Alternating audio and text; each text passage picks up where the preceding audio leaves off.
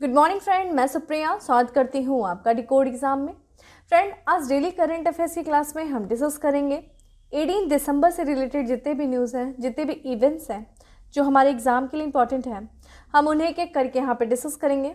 तो आइए friend start करते हैं आज की क्लास। और आज की क्लास में हमारा सबसे पहला प्रश्न है कि 13 दिसंबर 2021 को supersonic missile assisted torpedo smart का सफल परीक्षण किसने किया है? इसरो ने किया है, डीआरडीओ ने किया है, एचएएल ने किया है या फिर भारतीय सेना ने किया है?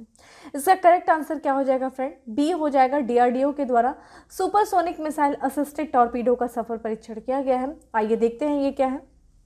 तो रक्षा अनुसंधान और विकास संगठन के द्वारा सुपरसोनिक मिसाइल असिस्टेड टॉर्पीडो का सफल परीक्षण किया गया है और ये एक लंबी दूरी की सुपरसोनिक मिसाइल है। ध्यान रखिएगा, इसमें क्या है, असिस्टेड टॉर्पीडो, यानी कि इस मिसाइल में देखा जाए एक कम वजन वाला टॉर्पीडो भी लगा हुआ है। ओवरऑल अगर देखा जाए फ्रेंड, ये जो स्मार्ट है वो एक तरीके से एक तरह का सुपरसोनिक एंटी शिप मिसाइल है जिसके साथ टॉर्पीडो लगा हुआ है। तो इस तरीके से अगर हम देखें तो दोनों मिला करके इसे एक सुपरसोनिक एंटी सबमरीन मिसाइल बना देता है। ठीक है, यानी कि इस मिसाइल में जो है आप इसमें देखेंगे तो इसमें मिसाइल्स के भी फीचर मिलेंगे, साथ ही साथ हमें इसमें पनडुब्बी नष्ट करने की भी क्षमता भी हमें देखने को मिलता है स्मार्ट में। ठीक है, इस प्रणाली में देखा जाए तो इस प्रणाली को पनडुब्बी रोधी युद्धक क्षमताओं को बढ़ाने के लिए तैयार किया गया है। ठीक है, जो कि पारंपरिक टॉर्पीडो की रेंज से कहीं अधिक है। जैसा कि हमने बताया, इसकी जो क्षमता होगी वो पनडुब्बी को नष्ट करने की क्षमता होगी। ठीक है, और यहाँ पे देखा जाए यह एक अगली पीढ़ी का मिसाइल आधारित टॉर्पीडो डिलीवरी प्रणाली है और इसे किसके द्वारा तैयार किया जा रहा है? इसे डीआरडीओ के द्वारा विकसित किया जा रहा है। किसके लिए? भारतीय नौसेना के लिए। तो भारतीय नौसेना की ताकत को बढ़ाने के लिए डीआरडीओ के द्वारा जो है ये सुपरसोनिक मिसाइल असिस्टेड टॉर्पीडो का सफल परीक्षण किया गया है। इसको विकसित डीआरडीओ के द्वारा किया जा रहा है। ठीक है, इसके आप पिक्चर यहाँ पे देख सकते हैं। ठीक है, अगला है हमारा प्रश्न कि भारत में इलेक्ट्रॉनिक वाहनों की स्थिति की रिपोर्ट के अनुसार किस राज्य या केंद्र शासित प्रदेश में सबसे ज़्यादा इलेक्ट्रॉनिक वाहन है? उत्तर प्रदेश में है, मध्य प्रदेश में है, दिल्ली में है या फिर महाराष्ट्र में है? करेक्ट आंसर क्या हो जाएगा फ्रेंड? ये हो जाएगा उत्तर प्रदेश में देखा जाए सबसे ज़्यादा इलेक्ट्रॉनिक वाहन है। और ये जो रिपोर्ट एक आई है केंद्रीय सड़क और परिवहन राजमार्ग मंत्रालय के द्वारा, एक आंकड़ा जारी किया गया है अभी हाल ही में दिसंबर 2021 में। और इस आंकड़े में बताया गया है कि भारत में जितने भी पंजीकृत जो इलेक्ट्रॉनिक वाहन हैं उनकी संख्या कितनी है? 8,70,141। ठीक है, यानी कि 8,70,141 पंजीकृत इलेक्ट्रॉनिक वाहन है, जिसमें सर्वाधिक जो इलेक्ट्रॉनिक वाहन है वो उत्तर प्रदेश में है। कितनी संख्या है पंजीकृत इलेक्ट्रॉनिक वाहनों की उत्तर प्रदेश में? 2,55,700 पंजीकृत इलेक्ट्रॉनिक वाहन जो है उत्तर प्रदेश में। और इसी के साथ साथ जो है सर्वाधिक संख्या के साथ जो है उत्तर प्रदेश शीर्ष स्थान पर इलेक्ट्रॉनिक वाहनों में। अगर हम बात करते हैं उत्तर प्रदेश के बाद अन्य किसके पास, तो दिल्ली, केंद्र शासित प्रदेश दिल्ली के पास है सबसे ज़्यादा इलेक्ट्रॉनिक वाहन उत्तर प्रदेश के बाद। कर्नाटक का है, फिर उसके बाद बिहार है, फिर महाराष्ट्र। ठीक है, यह स्थान आता है। यह आंकड़ा जो जारी किया गया है वो केंद्रीय सड़क परिवहन और राजमार्ग मंत्रालय के द्वारा ये जो है आंकड़ा जारी किया गया। ठीक है, नेक्स्ट है हमारा, निम्नलिखित में से किस राज्य में भारत जल्द ही दुनिया के सबसे बड़ी ग्रीन हाइड्रोजन माइक्रोग्रिड परियोजना स्थापित करेगा? गुजरात में, महाराष्ट्र में, आंध्र प्रदेश में या फिर कर्नाटक में? तो हमारा करेक्ट आंसर फ्रेंड क्या हो जाएगा इसका? सी, आंध्र प्रदेश में जो है भारत जल्द ही दुनिया का सबसे बड़ी ग्रीन हाइड्रोजन माइक्रोग्रिड परियोजना और साथ ही साथ भारत की पहली ये जो है ग्रीन हाइड्रोजन आधारित ऊर्जा भंडार परियोजना होगी। तो आइए इसके बारे में देख लेते हैं। तो भारत जो है जल्दी दुनिया की सबसे बड़ी ग्रीन हाइड्रोजन माइक्रोग्रिड परियोजना की स्थापना कहाँ पे कर रहा है फ्रेंड? आंध्र प्रदेश में कर रहा है। आंध्र प्रदेश में फ्रेंड एनटीपीसी जो है, एनटीपीसी यानी कि national thermal power corporation limited ने देखा जाए वहाँ पे जो उसकी समहाद्री जो कि विशाखापट्टनम के पास में जो एनटीपीसी का गेस्ट हाउस है, उस एनटीपीसी गेस्ट हाउस में इलेक्ट्रोलाइजर का उपयोग करके हाइड्रोजन उत्पादन के साथ ही एकल ईंधन आधारित माइक्रोग्रिड परियोजना की शुरुआत की है। किसने किया? एनटीपीसी ने किया है। कहाँ पे किया? सिमहाद्री में किया। सिमहाद्री जो कि विशाखापट्टनम ठीक है, और वहीं पे देखा जाए जो एनटीपीसी का गेस्ट हाउस है वहीं पे इस परियोजना की जो है शुरुआत की गई है। अगर हम इस परियोजना के बारे में देखें तो ये भारत की पहली हरित हाइड्रोजन आधारित ऊर्जा भंडार परियोजना होगी। और इसी के साथ साथ हमने बताया कि ये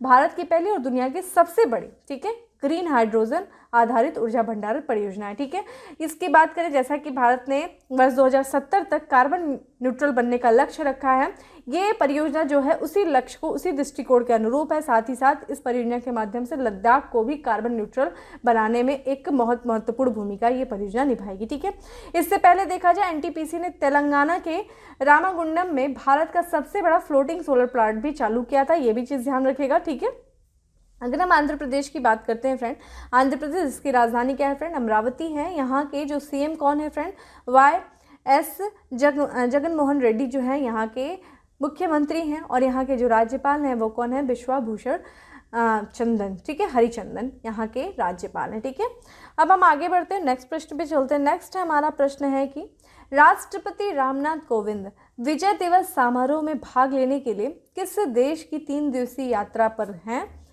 नेपाल, श्रीलंका, भूटान, बांग्लादेश। ठीक है, तो करेक्ट आंसर, आप जैसा पिक भी देख रहे हैं आपको पता चल गया होगा कि किस देश के विजय दिवस समारोह में भाग लेने के लिए हमारे देश के राष्ट्रपति रामनाथ कोविंद जी गए हुए हैं, वो है बांग्लादेश। ठीक है, आइए देखते हैं। सबसे पहले हमें ये समझना है फ्रेंड, जो विजय दिवस है वो कब मनाया जाता है फ्रेंड, 16 दिसंबर को मनाया जाता है। यहीं पर मैं आपको क्लियर कर दे रही हूँ ताकि आपको कन्फ्यूज़न न हो।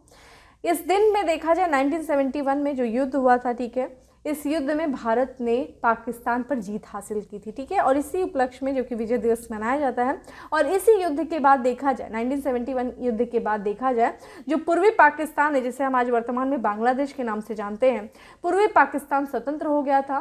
ठीक है, और आज वर्तमान में वो एक बांग्लादेश के रूप में हम इसे जानते हैं। ठीक है, तो एक तरीके से देखा जाए इस वर्ष बांग्लादेश ने अपनी स्वतंत्रता का 50वां वर्ष जो है पूरा किया, और इसी 50वें वर्ष के उपलक्ष्य में जो है हमारे देश के राष्ट्रपति रामनाथ कोविंद जी जो हैं वो भारत यात्रा पे गए हैं, और बांग्लादेश की यात्रा पे गए। और ध्यान रखिएगा, बांग्लादेश की यात्रा पे जो कोविड-19 के बाद राष्ट्रपति की ये पहली यात्रा है। कौन सी यात्रा है? बांग्लादेश।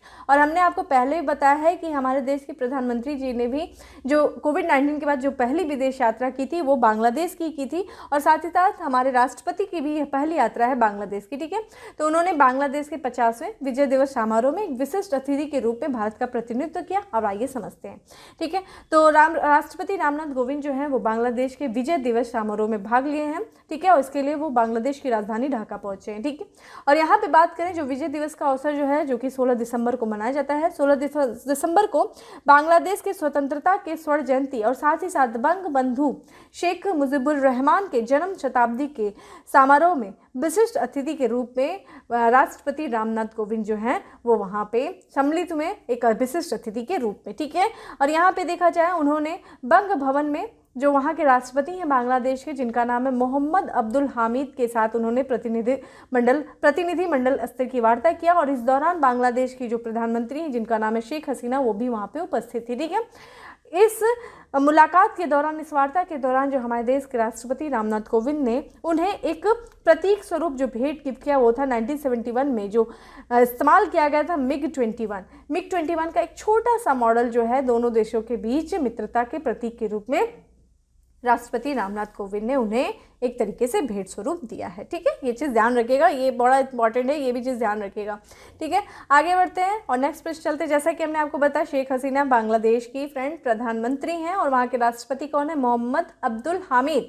और हमने क्या बताया, ढाका, जहाँ पे जो है ढाका जो है, यहाँ पे देखा जाए ढाका यहाँ का अपना जो कि राजधानी है। ठीक है, चलिए आगे बढ़ते हैं, नेक्स्ट प्रश्न पे चलते हैं। नेक्स्ट है हमारा, केंद्रीय कैबिनेट ने कानून के तहत महिला की विवाह की उम्र को बढ़ाकर कितने वर्ष करने वाले प्रस्ताव को मंजूरी दे दिया है? तो देखा जाए कितना कर दिया है, 21 वर्ष, 20 वर्ष, 22 वर्ष या फिर 23 वर्ष। तो कितना वर्ष कर दिया है फ्रेंड? ए आंसर है। ठीक है, 21 वर्ष कर दिया है। वर्तमान में महिला की उम्र जो है शादी युक्त वो कितनी है? 18 वर्ष। ठीक है, 18 वर्ष पे जो महिला है उनकी शादी की उम्र हो जाती है, लेकिन अब इस उम्र को बढ़ाने की मंजूरी दे दी गई है केंद्रीय कैबिनेट के द्वारा, और वो अब कितनी वर्ष कर दी गई है? अब वो 21 वर्ष कर दिया गया है। ठीक है, तो आइए इसके बारे में थोड़ा सा बात करते हैं। तो जो केंद्रीय कैबिनेट ने हाल ही में कानून के तहत महिला के विवाह की उम्र को कितने वर्ष से बढ़ा करके कितना कर दिया? 18 वर्ष से बढ़ा करके 21 वर्ष करने वाले प्रस्ताव को मंजूरी दे दिया है। फ्रेंड ध्यान रखिएगा, प्रधानमंत्री नरेंद्र मोदी जी ने 15 अगस्त 2020 को लाल किले में लाल किले से जब वो अपना संबोधन दे रहे थे तो उस दौरान भी उन्होंने इस बात का उल्लेख किया था कि सबसे बड़ी चुनौती है फ्रेंड महिलाओं में कुपोषण की समस्या। तो बेटियों को कुपोषण की समस्या से बचाने के लिए उन्होंने ये बात कही थी, संबोधन में ये बात का उल्लेख किया था कि बच्चियों को, बेटियों को कुपोषण की समस्या से बचाने के लिए सबसे उचित है, सबसे इम्पॉर्टेंट है कि उनकी जो विवाह की है वो उचित, जो उनका विवाह है वो उचित समय पर किया जाए। ठीक है, तो इसके लिए और साथ ही साथ ये भी चीज़ ध्यान रखिएगा, इस वर्ष 2021 में सुप्रीम कोर्ट में एक याचिका दायर की गई।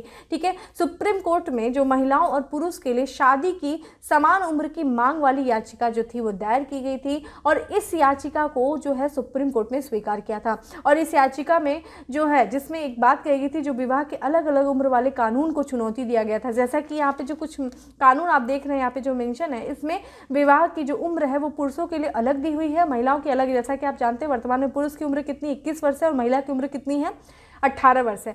तो इस याचिकाकर्ता ने इस कानून को चुनौती दिया और उन्होंने बताया, याचिकाकर्ता ने कहा कि जो विवाह की उम्र में जो ये अंतर लैंगिक जो असमानता है और जो रूढ़ियों को वो बरकरार रखता है ये जो कानून है। ठीक है, यानी कि ये एक तरीके से लैंगिक असमानता को बढ़ा रहा है। ठीक है, और यहाँ पे जो कुछ अनुच्छेद की बात की गई थी, जैसे कि आर्टिकल 14, आर्टिकल 15, आर्टिकल 21, ये क्या है, इसके तहत जो निहित जो विभिन्न संवैधानिक अधिकार है वो ये कानून क्या कर रहा है, उल्लंघन कर रहा है। और आप मुझे बताएंगे कि ये आर्टिकल 14 क्या है, आर्टिकल 15 क्या है, आर्टिकल 21 क्या है। आप मुझे इस पर बताइए कि किस तरीके से ये जो आर्टिकल है वो इन कानूनों का उल्लंघन कर रहा है, समानता के अधिकार को, कुछ संवैधानिक अधिकारों को। ठीक है, अब हम बात करते हैं कि ये जो प्रस्ताव आया है, जो कैबिनेट ने जिस प्रस्ताव को मंजूरी दिया है उम्र बढ़ाने का, उसमें देखिए किस किस कानूनों में संशोधन किया जाएगा। तो महिलाओं की शादी की उम्र को बढ़ाने के लिए ध्यान रखिएगा, माफ़ करिएगा यहाँ पे।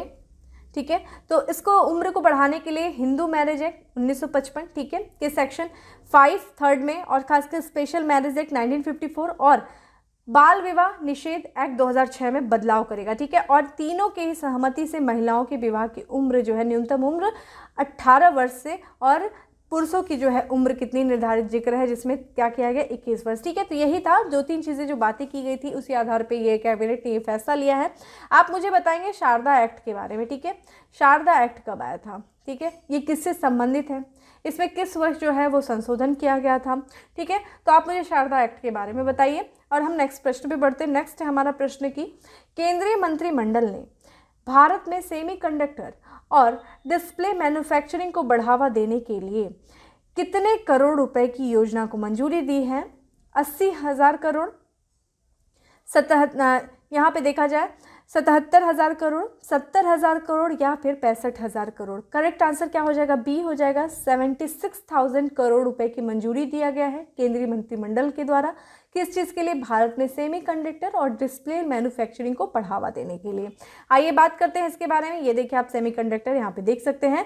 तो देखा जाए जो केंद्रीय मंत्रिमंडल है वो भारत को एक हाईटेक उत्पादन, ठीक है, हाईटेक प्रोडक्शन का एक वैश्विक हब बनाने के उद्देश्य से, ठीक है, एक वैश्विक केंद्र बनाने के उद्देश्य से देश में सेमीकंडक्टर और डिस्प्ले मैन्युफैक्चरिंग इकोसिस्टम को मंजूरी दिया है, जो कि कितने करोड़ की ये नीति है? लगभग 76,000 करोड़ की ये नीति है, ठीक है, और करोड़ रुपए की नीति है। उस नीति को बढ़ावा दिया है ताकि यहाँ पे मैन्युफैक्चर खुद हो, मैन्युफैक्चरिंग जो है सेमीकंडक्टर की मैन्युफैक्चरिंग और डिस्प्ले मैन्युफैक्चरिंग इकोसिस्टम विकसित हो सके। किसका उद्देश्य क्या है? डॉल भारत को एक हाईटेक उत्पादन हब बनाना, ठीक है, वैश्विक केंद्र बनाना, यही उद्देश्य है। इसके बारे में अगर हम बात करते हैं तो इस योजना के तहत देखा जाए अगले 6 वर्षों में भारत में सेमीकंडक्टर चिप का एक कंप्लीट इकोसिस्टम जो है विकसित किया जाएगा। और इस इकोसिस्टम में देखिए क्या क्या शामिल होगा? Semiconductor design component, manufacturing, display, fabrication units, ये सारी चीज़ें इसमें सम्मिलित होंगी। और ध्यान रखिएगा भारत को क्या करना है? एक मैन्युफैक्चरिंग बेस जो है वो भारत का मजबूत करना इस सेमीकंडक्टर पॉलिसी का उद्देश्य। ध्यान रखिएगा भारत में मैन्युफैक्चरिंग बेस को मजबूत करना, ठीक है। चलिए आगे बढ़ते हैं, नेक्स्ट प्रश्न में चलते हैं। नेक्स्ट है हमारा व्हाट्सएप डिजिटल भुगतान को बढ़ावा देने के लिए भारत में कितने गांवों को गोद लेगा? जो ये व्हाट्सएप है वो डिजिटल भुगतान को बढ़ावा देने के लिए कितने गांवों को गोद लेगा फ्रेंड? यहाँ पे 600, 650, 500 या फिर 400। करेक्ट आंसर क्या हो जाएगा फ्रेंड? सी, ठीक है, 500 गांवों को गोद लेगा व्हाट्सएप। उद्देश्य क्या है? डिजिटल भुगतान को बढ़ावा देना, ठीक है। अगर हम इस तरीके से देखें तो जो व्हाट्सएप है वो कर्नाटक और महाराष्ट्र के 500 गांवों को गोद लेने की घोषणा किया, ध्यान रखिएगा। और इसके तहत क्या करेगा, जो व्हाट्सएप है वो लोगों को व्हाट्सएप पर भुगतान के माध्यम से डिजिटल भुगतान को बढ़ावा देने के लिए गांवों को गोद ले रहा है, ठीक है। एक तरीके से अगर हम बात करें तो व्हाट्सएप का उद्देश्य क्या है, वित्तीय समावेशन, ठीक है। वित्तीय समावेशन क्या होता है फ्रेंड, यानी कि फाइनेंशियल इंक्लूजन। फाइनेंशियल इंक्लूजन से तात्पर्य है लोगों को, ज़्यादा से ज़्यादा लोगों को बैंकिंग सेवा के अंतर्गत जोड़ना, ठीक है। तो ज़्यादा से ज़्यादा लोग जो है वो बैंकिंग सर्विसेज का इस्तेमाल कर सके, यही क्या है, बैंकिंग या फाइनेंशियल इंक्लूजन है। तो एक तरीके से व्हाट्सएप जो है वो देश में फाइनेंशियल जो वित्तीय समावेशन को बढ़ावा दे रहा है। और यहाँ के जो गाँव को ये गोद लेगा, जो गाँव के लोगों जो लोग होंगे उनको क्या करेगा, ज़मीनी स्तर पर जो यूज़र्स हैं उनको शिक्षित करेगा। किस तरह शिक्षित करेगा, एक तरीके से उनको देखा जाए तो वो यूपीआई, यानी कि जैसा कि हमने देखा कि वो ज़मीनी स्तर पर डिजिटल भुगतान में व्यवहारिक बदलाव लाना है, यही उद्देश्य है। तो लोगों को शिक्षित करना किस तरह से कि वो कैसे यूपीआई जो है, यूपीआई के लिए वो साइन अप कैसे कर सकते हैं, यूपीआई खाता जो है उसको कैसे खोला जाए, यूपीआई खाते को अगर आपने खोला है तो उसके माध्यम से जो डिजिटल भुगतान का उपयोग कैसे किया जाए, एक तरीके से जो है डिजिटल तरीके से जो पेमेंट है उनको पेमेंट को कैसे किया जाए, किस तरीके से आप खाते को खोलें, किस तरीके से उसका इस्तेमाल करें, इसी के तहत जो है वो लोगों को प्रशिक्षित करेंगे, लोगों को ट्रेंड करेंगे। जिन गाँव को लोगों ने इन्होंने गोद लिया व्हाट्सएप ने, उन गाँव के लोगों को प्रशिक्षित किया जाएगा इस योजना के तहत। तो व्हाट्सएप जो है वो एक डिजिटल भुगतान पारिस्थितिकी तंत्र में अगले 500 मिलियन लेन देन को जोड़ने के मिशन के हिस्से के रूप में यह एक पहल शुरू किया है। और हमने आपको बताया क्या उद्देश्य, वित्तीय समावेशन और ज़्यादा से ज़्यादा लोगों को शिक्षित करना, ताकि वो जो है डिजिटल प्लेटफॉर्म को, डिजिटल पेमेंट सर्विसेज को समझ सके और ज़्यादा से ज़्यादा उसका लोग इस्तेमाल कर सके, ठीक है। चलिए आगे बढ़ते हैं, नेक्स्ट प्रश्न पे चलते हैं। नेक्स्ट है हमारा, निम्नलिखित में से किस देश ने उपग्रहों के शिजियान 605 समूह को सफलतापूर्वक अंतरिक्ष में लॉन्च किया है? जापान, दक्षिण कोरिया, थाईलैंड, चीन। करेक्ट आंसर क्या हो जाएगा फ्रेंड, चीन ने किया है, ठीक है। ये एक उपग्रहों के शिजियान 605 समूह को, ठीक है। तो यहाँ पे देखा जाए चीन ने किया है, ठीक है। ये किसको लॉन्च किया है, ये शिजियान 605 को अंतरिक्ष में सफलतापूर्वक लॉन्च किया है। और जो चीन का जो उत्तर पश्चिम वाला क्षेत्र है, जिसका क्या नाम है, जियाओकॉन 1 सैटेलाइट लॉन्च सेंटर से इन उपग्रहों को लॉन्च किया है। और इन उपग्रहों को लॉन्च करने का उद्देश्य क्या है, अंतरिक्ष का अन्वेषण करना और साथ ही साथ नई प्रौद्योगिकी परीक्षणों को करना, ठीक है। यही उद्देश्य है इस जो है अंतरिक्ष यान का, इस मिशन को लॉन्च करना, ठीक है, इन सैटेलाइट को लॉन्च करना। अगर हम बात करते हैं इस उपग्रहों को किस रॉकेट से लॉन्च किया गया है, तो वो क्या गया, लॉन्ग मार्च 4B रॉकेट से लॉन्च किया गया है, जो लॉन्ग मार्च सीरीज की कौन सी जो है मिशन को चिन्हित करता है, करियर के रॉकेट के 400वें मिशन को जो है चिन्हित करता है। अगर हम लॉन्ग मार्च 4B रॉकेट की बात करते हैं तो इसने सबसे पहले उड़ान जो भरी थी वो 1999 में भरी थी। और इस रॉकेट को हम चोंगझेंग 4 के नाम से भी जानते हैं, ठीक है, ये चीज़ ध्यान रखिएगा। चलिए नेक्स्ट प्रश्न पे चलते हैं। नेक्स्ट है हमारा कि निम्नलिखित में से कौन सा अंतरिक्ष यान है जो सूर्य के बाहरी वातावरण से गुजरने वाला पहला अंतरिक्ष यान बन गया है? बहुत इंपॉर्टेंट है ये। Park solar probe, red planar solar probe, अंतरिक्ष सोलर प्रोब या फिर करोना सोलर प्रोब, ठीक है। करेक्ट आंसर क्या हो जाएगा फ्रेंड, ये हो जाएगा पार्क सोलर प्रोब जो है वो पहला अंतरिक्ष यान बन गया है जो कि सूर्य के बाहरी वातावरण से गुजरा है। बहुत इंपॉर्टेंट है, ये चीज़ ध्यान रखिएगा। और ये पार्क सोलर प्रोब जो है वो किसका देखा जाए अंतरिक्ष यान है, ये अमेरिकी अंतरिक्ष एजेंसी नासा का है, ठीक है। और ये देखा जाए ये जो पार्क सोलर प्रोब जो है, जो अंतरिक्ष यान है, ये सूर्य के बाहरी वातावरण से गुजरने वाला दुनिया का पहला अंतरिक्ष यान बन गया है।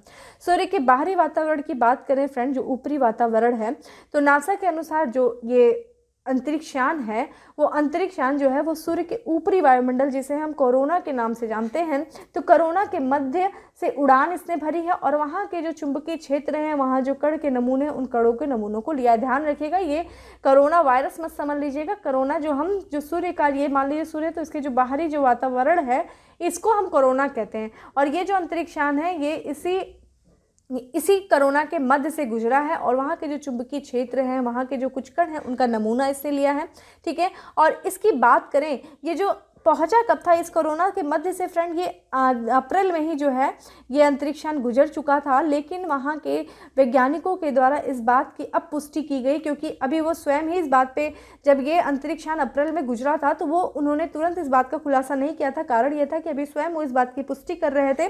जब उन्होंने इस बात की पुष्टि कर ली तो अभी इस बात को सामने आया कि जो नासा का जो अंतरिक्षयान है द पार्कस सोलर, वो कोरोना के मध्य से गुजरा है, ठीक है, जो कि एक सूर्य की ऊपरी वातावरण है, वायुमंडल है। अगर हम बात करते हैं कोरोना का वातावरण, तो देश की जो गर्मी एरिया कितने डिग्री फ़ारेनहाइट है, तो ये देखा जाए 20 लाख डिग्री फ़ारेनहाइट, जिसे हम 11 लाख डिग्री सेल्सियस जो है रहता है इसका जो वातावरण है, ठीक है। यहाँ का जो टेम्परेचर है, आप समझ लीजिए कितना गर्मी होगी यहाँ पे अगर हम इससे तुलना करें कितनी ये गर्मी है, 20 लाख डिग्री फ़ारेनहाइट जो इसका टेम्परेचर है, ये कुछ ही सेकंड में पृथ्वी की सभी वस्तुओं को जला करके राख कर सकता है। लेकिन चूंकि इस जिसकी हम बात करें पार्कर सोलर की, तो पार्कर सोलर में कुछ ऐसी तकनीकी का इस्तेमाल किया गया है, कुछ ऐसे शील्ड का इस्तेमाल किया गया है जिससे ये काफ़ी सेफ था। तो वैज्ञानिकों ने देखा जाए स्पेसक्राफ्ट में एक जो है खास तकनीकी वाली हीट शील्ड लगाई थी, जो कि लाखों डिग्री के तापमान में भी अंतरिक्षयान को सूर्य के तापमान से बचाने में काम कर सकती थी, ठीक है। तो ध्यान रखिएगा। अब जो है ये जो प्रूफ, जैसे कि आप देख रहे हैं यहाँ पे, ये सूर्य का बाहरी जो वातावरण है कोरोना, और यहाँ पे देखा जाए अब ये जो प्रोब है वो सूर्य के चारों ओर चक्कर लगा रहा है और रास्ते में नई खोज कर रहा है, ठीक है। इसको जो इस अंतरिक्षयान को वर्ष 2018 में लॉन्च किया गया था, किस उद्देश्य से, कि सूर्य के बार बार ये करीब जाए, सूर्य के पास से ये गुजरे और वहाँ से कुछ नमूनों को इकट्ठा करे, ठीक है, जिससे कि हमें सूर्य के बारे में, सूर्य ग्रह के बारे में कुछ जानकारी हमें मिल सके। इसी उद्देश्य से वर्ष 2018 में नासा के द्वारा, ठीक है, द पार्कर सोलर प्रोब अंतरिक्षयान को लॉन्च किया गया था, ठीक है। आप इसकी तस्वीर देख लीजिए, मोस्ट इंपॉर्टेंट स्टार कर लीजिएगा क्योंकि ये बहुत ही महत्वपूर्ण है ये अपने आप में, ठीक है। अगला बढ़ते हैं, नेक्स्ट और लास्ट प्रश्न में चलते हैं कि हाल ही में कौन सा एयरपोर्ट भारत का 4 रनवे वाला पहला एयरपोर्ट बन गया है। छत्रपति शिवाजी अंतर्राष्ट्रीय एयरपोर्ट, इंदिरा गांधी अंतर्राष्ट्रीय एयरपोर्ट, राजीव गांधी अंतर्राष्ट्रीय एयरपोर्ट, कोची अंतर्राष्ट्रीय एयरपोर्ट। करेक्ट आंसर क्या हो जाएगा?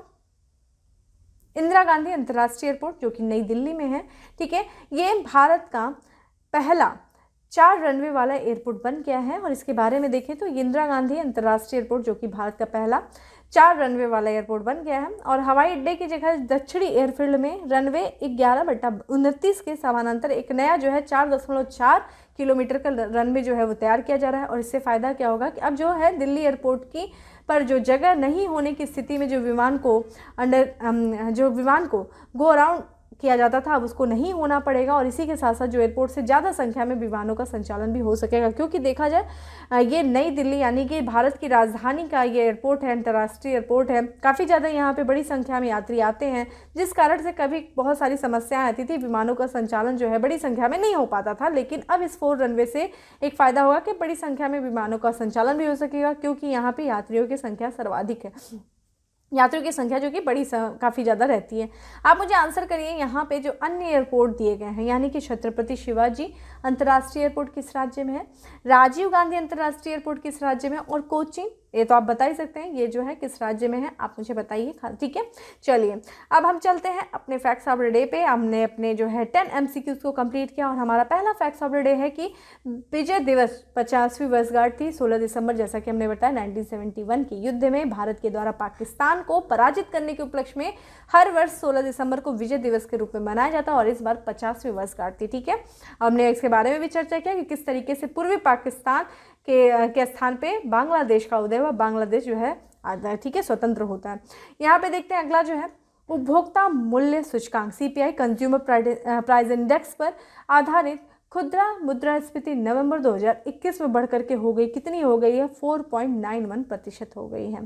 नेक्स्ट है HAP कप का आयोजन 28 से 31 दिसंबर तक किया जाएगा, कहाँ किया जाएगा, हरियाणा के पंचकुला के ताऊ देवीलाल क्रिकेट स्टेडियम में किया जाएगा, ठीक है। नेक्स्ट है हमारा जनरल विपिन रावत के निधन के बाद चीफ ऑफ स्टाफ कमेटी के अध्यक्ष का पदभार संभाला है, किससे संभाला, MM नरवणे ने संभाला है, ठीक है। नेक्स्ट अर्जेंटीना के फुटबॉलर हैं जिन्होंने फुटबॉल खेल से संन्यास लेने की घोषणा किया है, क्या नाम है, सर्जियो एगुएरा, ठीक है। नेक्स्ट है हमारा YouGov के एक सर्वे के अनुसार विश्व के 20 सबसे प्रशंसनीय व्यक्तियों में प्रथम स्थान प्राप्त किया, किसने प्राप्त किया है?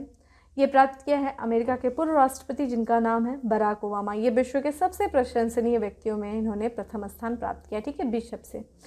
नेक्स्ट है हमारा फार्मूला 1 रेसर लुइस हैमिल्टन को प्रिंस चार्ल्स ने सम्मानित किया, किस सम्मान से? नाइटहुड के सम्मान से प्रिंस चार्ल्स ने जो फार्मूला 1 के रेसर लुइस हैमिल्टन को सम्मानित किया है, ठीक है। नेक्स्ट है बाजार नियामक सेबी ने नियमों का उल्लंघन पर 72 करोड़ रुपए का जुर्माना लगाया है, किस पर लगाया है? विल्सन टेक्सटाइल कंपनी पर जो है वो लगाया गया है ये जुर्माना 72 करोड़ रुपए का सेबी के द्वारा, ठीक है। कैपिटल मार्केट रेगुलेटर कंपनी है, ठीक है, सेबी। नेक्स्ट है नेपाली कांग्रेस पार्टी के पार्टी अध्यक्ष बनाए गए हैं, क्या नाम है? शेर बहादुर देउबा जो है बनाए गए हैं।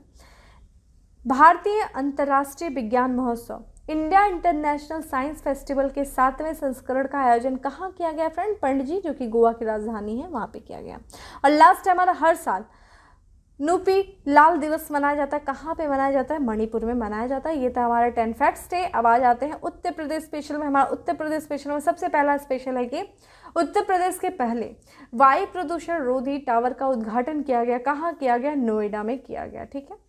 हॉट एयर बलून कार्यक्रम का आयोजन किया गया था, कहाँ पे किया गया था? वाराणसी में किया गया था हॉट एयर बलून कार्यक्रम का आयोजन। ये कुछ पुराने ही हैं लेकिन एज अ रिवीजन मूड में चलेंगे, ठीक है। थोड़ा तो मैं उत्तर प्रदेश स्पेशल में फ्रेंड क्या करते हैं हम लोग की कुछ आपको कुछ रिवीजन के लिए रहते हैं और कुछ आपके एक दो जो नए लेटेस्ट न्यूज़ रहती है उसको शामिल किया गया रहता है, क्योंकि उत्तर प्रदेश में रोज़ आपको न्यूज़ नहीं मिल सकती पर्टिकुलर स्टेट में, ठीक है। तो उसमें हम लोग क्वेश्चन को क्या करते हैं कुछ ऐसे पुराने भी शामिल करते हैं जिससे कि आपका रिविजन भी होता रहे, ठीक है।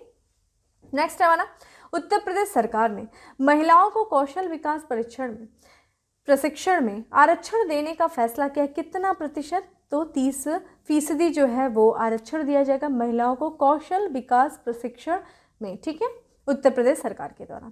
नेक्स्ट है हमारा देश का पहला फ्लोटिंग CNG स्टेशन बनाया गया है, कहाँ पे? वाराणसी में बनाया गया है। और लास्ट है हमारा उत्तर प्रदेश स्पेशल में कि उत्तर प्रदेश सरकार ने प्रदेश के जरूरतमंद गरीबी रेखा से नीचे जीवन यापन करने वाले किसानों, वृद्धजनों, विधवाओं और दिव्यांगजनों की पेंशन राशि बढ़ा करके प्रतिमाह कितनी कर दी? 1000 रुपये कर दी, कितने से? 500 रुपये प्रतिमाह से। पहले कितनी थी? 500 थी, अब 500 से बढ़ा करके 1000 रुपये कर दिया गया उत्तर प्रदेश सरकार के द्वारा, ठीक है। ये प्रतिमाह पेंशन दिया जाएगा किनको किनको? जो किसान होंगे, जो वृद्धजन होंगे, जो विधवा होंगे, जो दिव्यांगजन होंगे, जो कि गरीबी रेखा से नीचे जीवन यापन कर रहे हैं, ठीक है। तो इस तरीके से था आज का हमारा करंट अफेयर्स में जिसमें हम लोगों ने 10 MCQs को डिस्कस किया है और साथ ही साथ 10 facts of the day discuss किया और हमारा 10 था उत्तर प्रदेश स्पेशल। और साथ ही साथ मैंने आपसे कुछ प्रश्न किया है, उम्मीद है मुझे आप उसका आंसर करेंगे, ठीक है। बाकी डेली करंट अफेयर्स की जो PDF है वो आपको डिस्क्रिप्शन बॉक्स में उसका लिंक मिल जाएगा, टेलीग्राम ग्रुप का लिंक होगा, टेलीग्राम ग्रुप आप ज्वाइन कर लीजिए डिकोड एग्जाम का, जहाँ से आपको डेली करंट अफेयर्स से संबंधित जो PDF है वो अवेलेबल होगी, आप वहाँ पे डाउनलोड करके आप इसका रिवीजन भी कर सकते हैं, ठीक है। बाकी सेशन अच्छा लगा हो तो लाइक करना नहीं भूलें, ज़्यादा से ज़्यादा लोग को शेयर करें और चैनल में पहली बार आए हैं तो सब्सक्राइब करना नहीं भूलें, ठीक है। फिर मिलते हैं नेक्स्ट सेशन में, तब तक के लिए bye, have a good day, stay safe and stay happy.